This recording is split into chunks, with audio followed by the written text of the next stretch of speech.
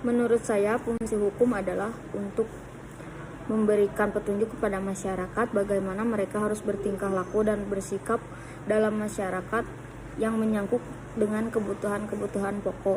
Untuk memberikan pegangan kepada masyarakat, untuk mengadakan pengendalian sosial atau social control, dan untuk menjaga keseimbangan atau harmonisasi antara kepentingan umum dan kepentingan individu.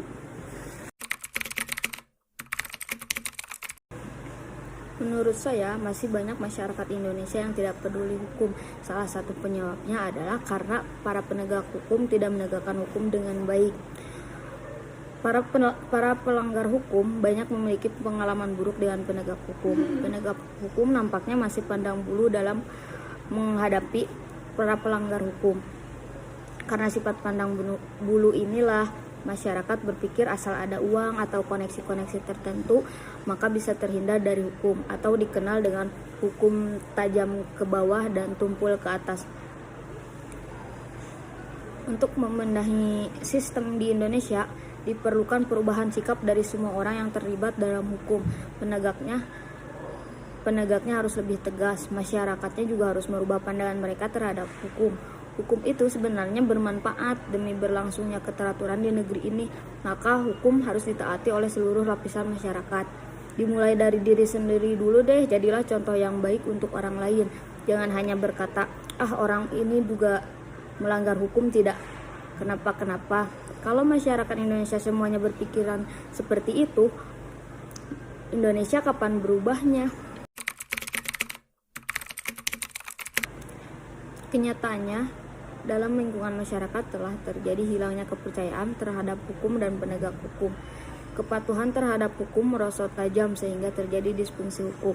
Masalah yang timbul adalah mengapa fungsi hukum belum sepenuhnya dapat diwujudkan dan bagaimana mengoptimalkan fungsi hukum dalam masyarakat.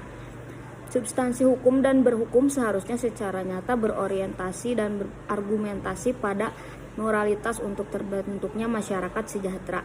Melalui proses pemberdayaan terhadap sistem hukumnya, melalui proses dialog maupun membangkitkan sikap partisipatif dari masyarakat tersebut.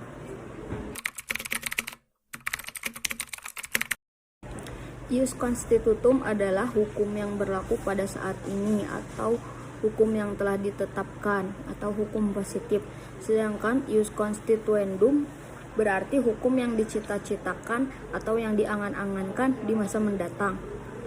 Perbedaan antara ius constitutum dan ius constituendum diletakkan pada faktor waktu, yaitu masa kini dan masa mendatang. Dalam hal ini, hukum diartikan sebagai tata hukum yang diidentikan dengan istilah hukum positif.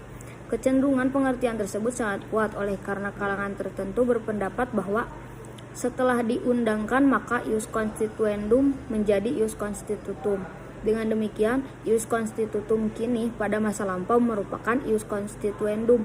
Apabila ius constitutum kini mempunyai kekuatan hukum, maka ius constituendum mempunyai nilai sejarah.